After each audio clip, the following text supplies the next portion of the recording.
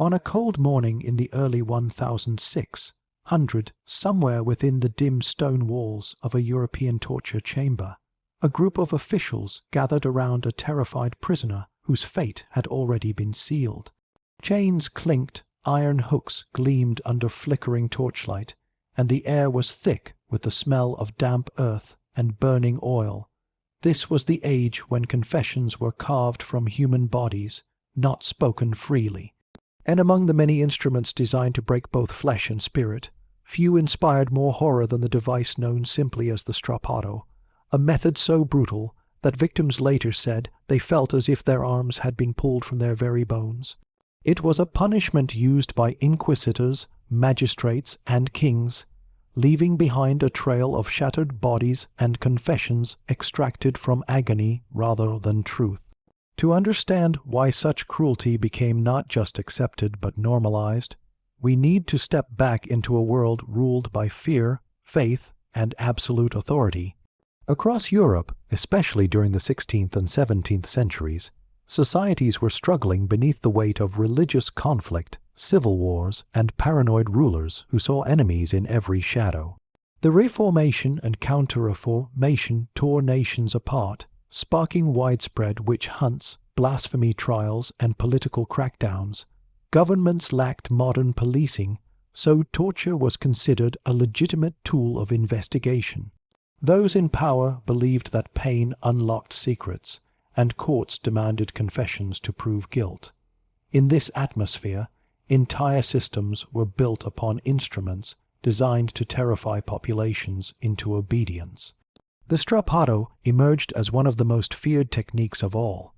Also known in various regions as the corda or the reverse hanging, it appeared simple at first glance, but its simplicity was the essence of its terror. A prisoner's hands were tied tightly behind their back, compressing the chest and restricting breathing. A rope was then attached to their wrists and thrown over a beam or pulley. With a single command, the prisoner was hoisted into the air, their entire body weight supported only by their twisted arms. The shoulders jerked backward violently, tendons tore, bones cracked. Victims often described the agony as a burning lightning bolt shooting through their spine and chest. Some fainted immediately, others dislocated their shoulders within seconds. Yet the torture did not end there. Officials added a second layer of cruelty known as the jerking. The torturer would suddenly loosen the rope, dropping the victim a few inches or sometimes several feet before stopping the fall with a brutal yank. This violent shock ripped muscles apart and tore ligaments clean from bone. People gave confessions not because they were guilty but because they wanted the pain to stop. Some were permanently disabled afterward. Others died during or immediately after the interrogation. And the worst part was this chilling reality. For the courts of the time, this was considered one of the lighter forms of torture.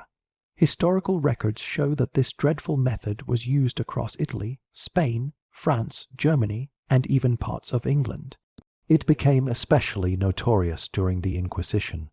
Secret chambers beneath churches and government buildings housed ropes, pulleys, iron hooks, and wooden beams stained by years of grim proceedings. The victims varied widely: accused heretics, suspected political rebels, women charged with witchcraft, individuals accused of blasphemy, and sometimes even ordinary villagers who had angered local authorities. In a world where rumors could ruin lives, a whisper was often enough to send someone into the hands of interrogators. One of the most haunting accounts comes from Italy during the Roman Inquisition. A woman suspected of practicing forbidden rituals was arrested after local priests claimed she had been seen offering herbs and prayers outside the church grounds. Such actions, though harmless by modern standards, were interpreted as witchcraft during that era. She was dragged through the narrow streets at dawn, taken to a chamber lit by smoking torches, and presented before church officials who demanded she confess the names of those who practiced magic with her. When she denied the accusations, the decision was immediate. The rope was thrown over a beam, her hands were bound tightly behind her back, and she was lifted into the air. Her screams echoed through the corridor as the force wrenched her shoulders out of place. The officials believed they were saving her soul. She believed she was being ripped apart like an animal. This horrifying disconnect between intention and outcome shaped countless interrogations across Europe. Torture chambers remained active not because everyone involved was cruel, but because the systems they operated under insisted pain revealed truth. Judges, priests, and sheriffs were taught that truth was found in suffering, and so they inflicted suffering with disturbing conviction. Political leaders also relied on such methods to crush dissent. During the reign of certain European monarchs, rebels, conspirators, and suspected enemies were subjected to the Strappado to extract names of accomplices. Some courts used it to obtain confessions in treason trials. The mere threat of the rope was enough to silence communities and prevent uprisings. The device became a psychological weapon, a tool for controlling society through terror.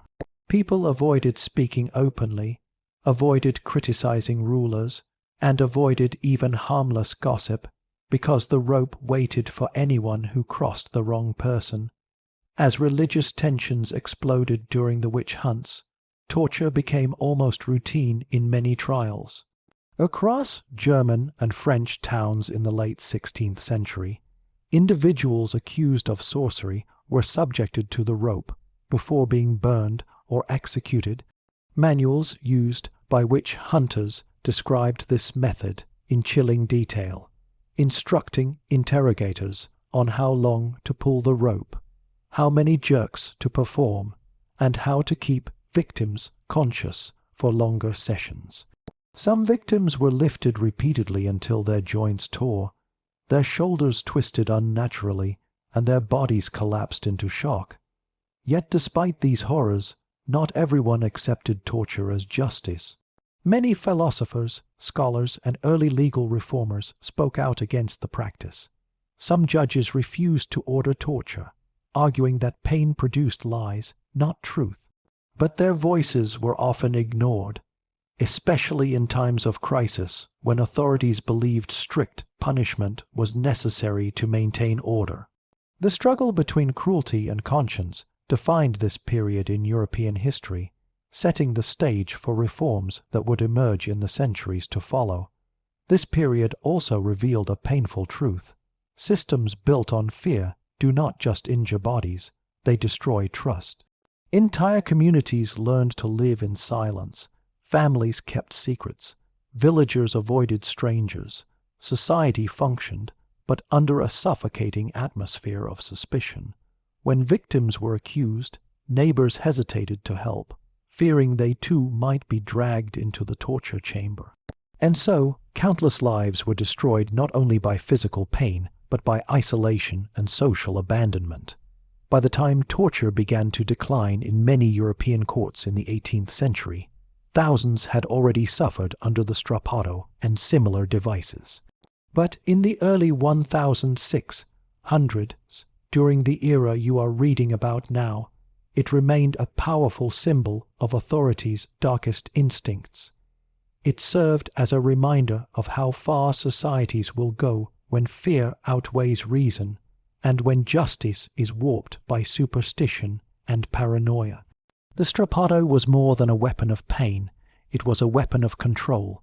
This is the world in which stories of people being hooked like meat took shape, a world where human bodies became battlefields for political, religious, and social struggles. By the mid-1600s, torture had become a formal part of judicial procedure in many European regions, not a chaotic outburst of cruelty, but an organized system with rules, rooms, staff, and written protocols. This was the era when individuals could be taken from their homes in the early hours of the morning, marched across cobblestone streets, and thrust into subterranean chambers lit by only a handful of torches. It was in these chambers that the Strappado and similar torments reached horrifying levels of sophistication. Records from Italy, France, Spain, and the Holy Roman Empire reveal a chilling pattern. Victims were not just punished but prepared, handled, and processed with mechanical precision. Torture became a methodical science built on suffering. To understand how such brutality became so common, one must examine how justice functioned in that era. Courts required confessions to confirm guilt. Eyewitness accounts were unreliable. Forensic science did not exist. Rumors, accusations, and superstition shaped the outcome of trials. A confession was the gold standard of legal evidence, and so interrogators were tasked with extracting that confession by any means. Judges often believed that the innocent would endure pain and hold firm, while the guilty would confess quickly. This belief was disastrously wrong, but it shaped centuries of legal practice.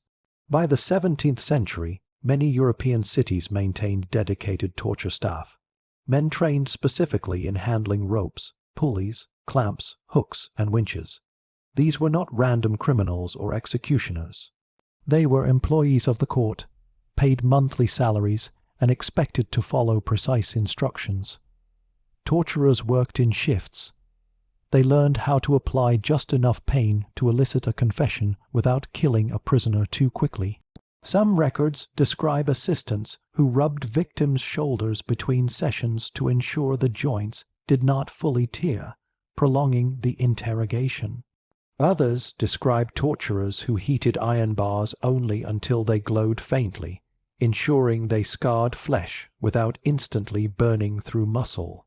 The strappado was one of the most common instruments in these chambers, but the way it was carried out varied depending on the region. In Italy, victims were often raised slowly, inch by inch, to heighten the terror. In Spain, the jerking motion was used more frequently, as interrogators believed the shock produced quicker confessions. In parts of Germany, weights were tied to the victim's feet, increasing the strain on the shoulders and ripping the joints more violently. The French, especially during witch trials, sometimes combined the strappado with cold water, pouring buckets over the victim to keep them conscious. The chambers themselves were grim. Many were underground, carved into stone or built beneath government buildings. Moisture dripped from ceiling cracks. Iron shackles hung from beams.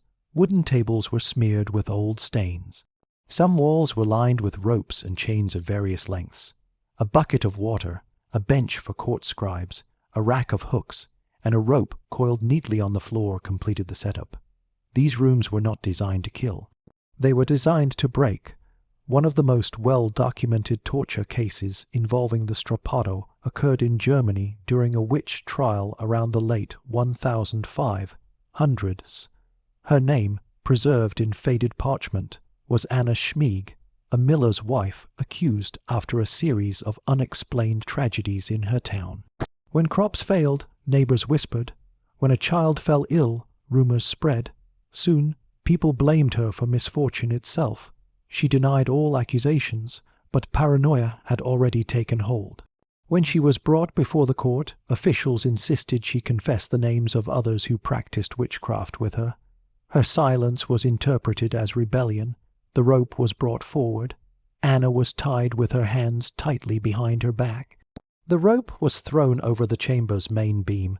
As she was hoisted up, her body twisted unnaturally. She screamed, but her words were ignored. The interrogators asked the same question repeatedly: who were her accomplices? She refused to invent names. This angered the officials. The torturer then jerked the rope, dropping her suddenly before stopping her fall with a brutal snap. The sound of tearing ligaments filled the room. She fainted, was revived with water, and lifted again. Her shoulders dislocated. Her chest heaved painfully. Still she refused. Eventually, after hours of agony, she confessed to whatever they wanted her to say. Her confession, later recorded in the court summary, contains lines so incoherent that even historians believe she simply repeated the questions she was asked. Anna is one story among thousands. Some victims were political prisoners whose only crime was criticizing a ruler. Others were religious dissenters trapped between warring ideologies. Many were innocent villagers caught in the storm of fear, belief, and superstition that defined the era, but all shared the same terror. a system that saw their bodies as instruments of truth. Church authorities also used the strappado widely, especially the Inquisition.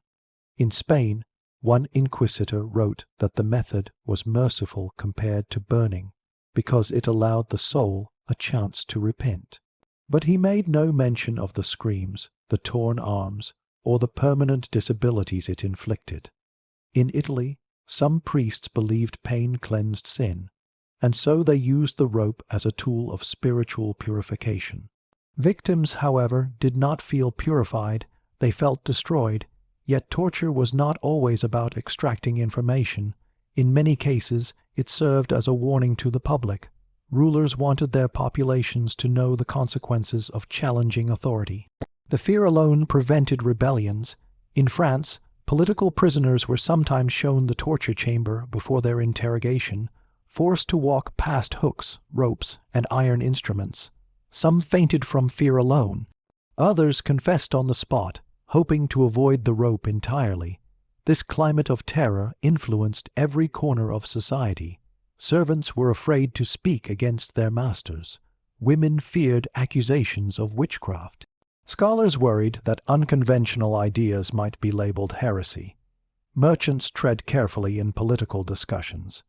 Even nobles, who enjoyed legal protections, lived with caution because a single accusation could lead to seizure, interrogation, and disgrace. But despite its ubiquity, torture was increasingly criticized by scholars and lawyers. Some European thinkers began arguing that pain did not produce truth but only compliance. A few judges quietly stopped authorizing torture, even when pressured. In Italy, certain courts introduced reforms limiting how many hours torture could last. In Germany, some cities banned the jerking variant of the strappado after victims suffered fatal injuries. These changes were small, but they signaled the beginning of a shift in European legal philosophy. Still, during the period we are exploring, these reforms were rare. In many territories, officials believed abandoning torture would weaken the justice system and allow criminals to operate freely. The mindset was deeply entrenched. People felt safer when authorities acted harshly, even if innocent lives were torn apart in the process. Inside these chambers, the victims experienced the darkest side of human power. Their bodies became battlegrounds between fear and authority, truth and pain, belief and coercion. Some prayed as they were hoisted into the air. Others cursed their captors. Many simply screamed until their voices broke. And while the physical suffering was immense, the psychological torment was equally devastating. Victims often entered the chamber knowing there was no escape. They had heard stories. They had seen others dragged out, limbs twisted at impossible angles. The anticipation alone destroyed many. Some collapsed at the sight of the rope. Others confessed before the torture even began. The fear became a weapon more powerful than the device itself. By the time the late 17th century arrived, the strappado was no longer just a method of torture. It had become a symbol of the era's deepest fears, its cultural anxieties, and its dangerous obsession with extracting truth by force. For the people who lived in that world, hearing the creak of a pulley or the snap of a rope meant only one thing: someone was about to be broken. The stories that came out of these chambers spread across villages, creating legends, superstitions, and cautionary tales that lasted generations. These stories shaped European memory of justice, fear, and authority. Yet the strappado was not only used against individuals accused of witchcraft or religious heresy. In many regions, political prisoners faced this torment as well.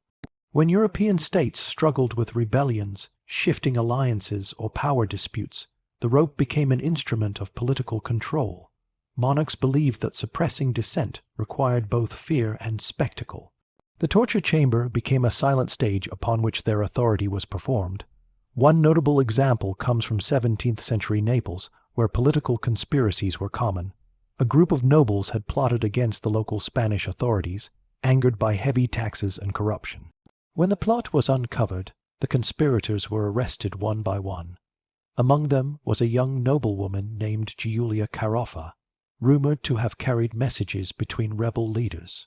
Though historians debate the exact details of her involvement, she was brought into a dimly lit room with 2 pulleys mounted on the ceiling. Her hands were bound tightly behind her back, and she was hoisted off the ground. Her body twisted violently under its own weight. Records say she remained silent even after the officers performed the jerking maneuver, dropping her just enough to tear her ligaments. When she still refused to name the conspirators, they repeated the motion. Only when her shoulder joints had fully dislocated did she finally mutter a few names. Whether these names were true or invented out of desperation, no one could ever know, but the event became legendary in Naples. Some saw her as a martyr of political oppression. Others viewed her as a warning not to challenge authority. In both cases, her suffering became a story retold for decades. In Northern Europe, similar tales spread like wildfire. In the German city of Bamberg, one of the deadliest witch hunt centers, hundreds were accused and tortured. Many victims endured the Strappado before being forced to sign confessions. Their testimonies were filled with fantastical claims about flying on broomsticks, speaking with demons, or transforming into animals. These confessions were not expressions of belief. They were the result of unbearable pain that pushed people to repeat anything the interrogators suggested. Historians later discovered that nearly every confession followed the same pattern because inquisitors used standardized lists of questions. The victims simply echoed what was asked while hanging in agony. Among the most haunting accounts from Bamberg is that of Johannes Junius, the mayor of the city, who was arrested in 1628. Despite being a respected leader, he was accused of witchcraft. Officials believed he attended secret meetings with demons simply because he had political enemies willing to testify against him. His letter to his daughter remains one of the era's most heartbreaking documents. He described how they lifted him by the arms until his shoulders burst, how he screamed for help, and how he finally confessed to impossible crimes simply to end the suffering. He wrote that his confession was false, but that he signed it because he could no longer endure another second of torture. His story shows the brutal reality behind many witch trials. Confessions were not voluntary but extracted through unbearable anguish. The Strappado also played a role in religious conflicts that consumed Europe. During the Counter-Reformation, when Catholic and Protestant powers clashed, both sides used torture to root out what they considered dangerous beliefs. In France, some Protestants were dragged into chambers for refusing to convert. In Spain, conversos, Jews who had converted to Christianity, were often suspected of secretly practicing their old faith. Many were tortured using the rope method to force them to name supposed co-conspirators. For these communities, the terror of the Strappado became tied to their identity. Stories of ancestors who endured the rope were passed down through generations, becoming part of family memory and cultural trauma. In Italy, the Roman Inquisition used the Strappado primarily against individuals accused of heresy or spreading forbidden books.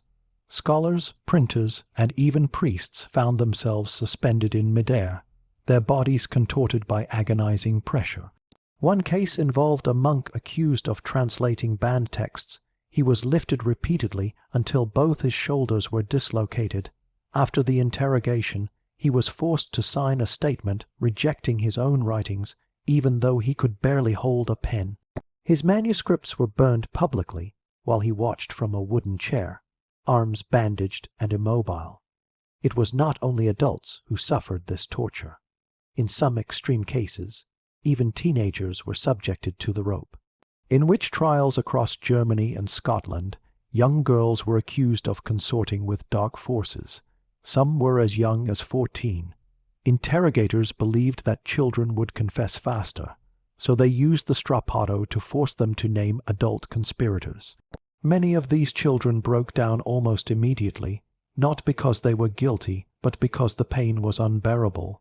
Their confessions often destroyed entire families, leading to mass arrests and executions. The psychological destruction inflicted by this torture extended far beyond the initial interrogation. Survivors were often left permanently disabled, with shoulders that slipped out of joint regularly or arms that never fully healed. Some were unable to work again. Others suffered nightmares and tremors for the rest of their lives. In communities where physical labor was essential for survival, a disability meant poverty and isolation. The torture chamber did not just harm victims, it dismantled their futures, but while many suffered in silence, some chose to speak out. In the early 18th century, as Enlightenment ideas began to spread, philosophers and legal scholars challenged the validity of torture. Thinkers like Cesare Beccaria argued that pain did not produce truth, only fear. Jurists across Europe began to question whether justice administered through agony was justice at all. These ideas gained momentum, leading to legal reforms in several regions. Some courts banned the strappado entirely. Others issued guidelines limiting the use of torture. Yet even these reforms could not erase the centuries of suffering etched into European memory. Families remembered the screams heard through stone walls. Communities remembered friends dragged away and returned with twisted limbs. These shared memories shaped cultural stories told around fires, whispered warnings passed down to children, and legends describing torture chambers as cursed places haunted by restless spirits. In some towns, abandoned interrogation rooms became objects of fear. Locals avoided them long after torture was outlawed, believing that the rooms still held the pain of those who had suffered there. The myths that grew around these devices reflected not only fear, but also a deep desire to understand and confront the brutality of the past. People tried to make sense of why neighbors, priests, and judges could inflict such horrors. Some blamed superstition, others blamed corruption, many simply accepted it as a manifestation of human darkness. In doing so, societies across Europe began to question authority in ways they never had before. By the time the 18th century reached its peak, torture had begun to decline in Europe, but the stories of those who endured the strappado remained powerful reminders of a time when the quest for truth was pursued with violence instead of reason. The victims became symbols of the human spirit's fragility and resilience, their suffering shaping debates about law, justice, and human rights. By the early 18th century, Europe was changing. Old systems were cracking, empires were shifting, and ideas about justice began evolving faster than the societies enforcing it. For centuries, torture had been seen as a legitimate instrument of truth. But now, after generations of shattered bodies, broken joints, and forced confessions, a new question emerged across courts, universities, and political circles. What if truth could not be dragged out of a person by pain? What if the rope, the hook, and the pulley had never uncovered truth at all, only fear? This question marked the beginning of the end for the strappado and other tortures that had ripped through Europe for hundreds of years. One of the earliest sparks came from scholars who dared to question the logic behind torture. The Enlightenment movement encouraged thinkers to challenge tradition and analyze the world through reason instead of fear. Philosophers began arguing that justice must be grounded in evidence, fairness, and rationality, not violence. They pointed out that the innocent confessed simply to escape agony, while the strong, willed guilty could withstand torture without revealing anything. Pain, they argued, was not a path to truth, but a weapon that distorted it. Cesare Beccaria, an Italian criminologist, became one of the most influential voices of this era. In 1764, he published a groundbreaking work that rejected torture as irrational and immoral. He argued that the state had no right to inflict deliberate agony on its people, and that justice must never rely on fear. His ideas spread across Europe like wildfire, influencing rulers, intellectuals, and legal reformers. Courts that had once ordered torture without hesitation began hesitating for the first time in centuries. Judges who once believed pain revealed guilt now questioned whether the rope had ever produced anything but lies. But ideas alone did not dismantle centuries of cruelty. Real change required political transformation. Across Europe, monarchies faced financial crises, rivalries, wars, and revolutions. Some leaders saw torture as a relic of the past that weakened their credibility. Others feared social unrest and believed abolishing torture would gain public favor. The combination of pressure, philosophy, and political necessity finally pushed governments to reform. In Prussia, Frederick the Great issued decrees limiting the use of torture, becoming one of the first European rulers to publicly denounce it. Austria soon followed, influenced by legal reforms under Empress Maria Theresa and her son Joseph.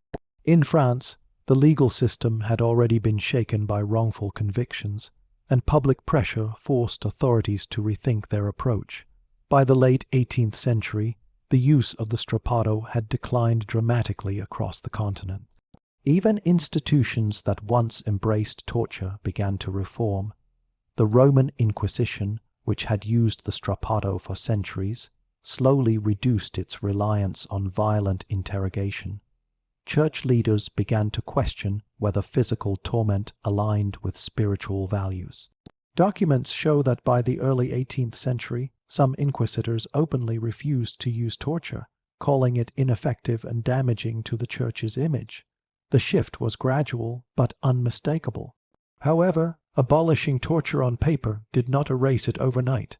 Many smaller towns and rural courts continued using old methods long after national laws changed. In some places, officials ignored reforms, arguing that torture was necessary to maintain order.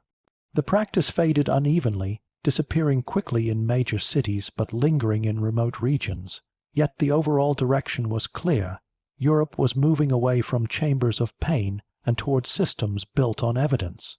As torture declined, abandoned chambers remained scattered across cities and towns. These rooms, once filled with screams, became silent monuments to suffering. In some places, they were sealed off and forgotten, their iron hooks left hanging in the darkness. In others, they were converted into storage rooms, archives, or offices. But the memories of those who suffered there lingered in the collective consciousness.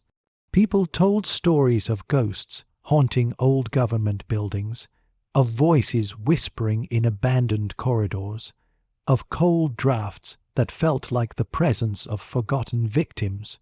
These stories were expressions of societies grappling with their own past, attempting to confront the legacy of cruelty they had long accepted as normal. As Europe progressed into the 19th century, new legal systems emerged emphasizing evidence, rights, and due process. Judges relied more on documents, testimonies, and investigations rather than confessions extracted through pain. Police forces developed. Forensic science slowly advanced. Rational inquiry replaced superstition. The rope fell silent, yet Europe could not easily escape the shadow of its own past. Historians, philosophers, and social critics debated how societies had justified such cruelty for so long. Some argued that fear and authority had blinded people to moral consequences. Others noted that in times of instability, societies often embraced harsh measures out of desperation. Many concluded that torture had persisted because it served the interests of those in power, not because it produced truth. As modern nations formed, they began reflecting on the centuries of agony inflicted in the name of justice. Museums displayed old torture instruments, not as tools but as warnings. Scholars researched cases like Johannes Junius and Anna Schmid to expose the injustices hidden beneath official records. Writers described the terror victims felt as their joints tore apart. Artists created paintings and sculptures symbolizing the pain of anonymous prisoners who endured the rope. These stories served as powerful reminders of what happens when societies let fear override humanity. They shaped the modern idea that justice must be grounded in fairness, dignity, and reason.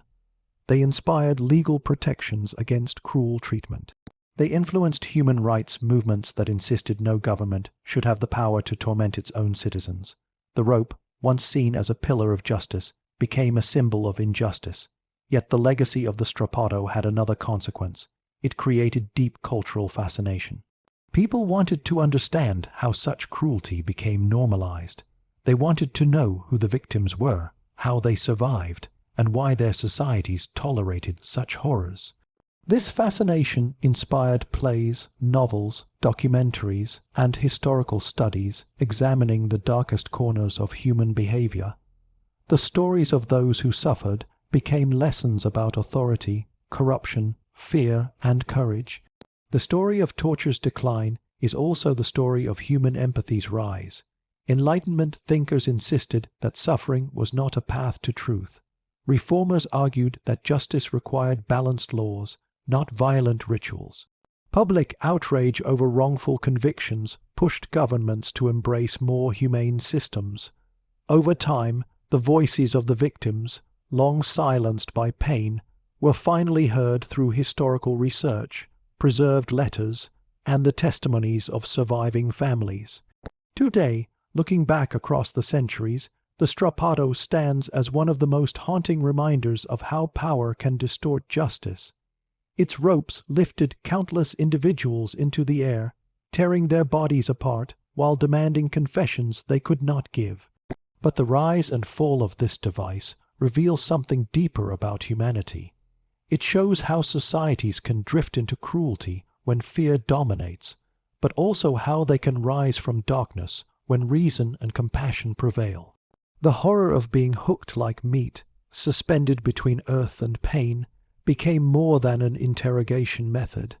It became a warning passed down through generations, a warning about the consequences of unchecked authority, a warning about the fragility of justice, a warning about the darkness societies can fall into when they stop questioning the systems they obey.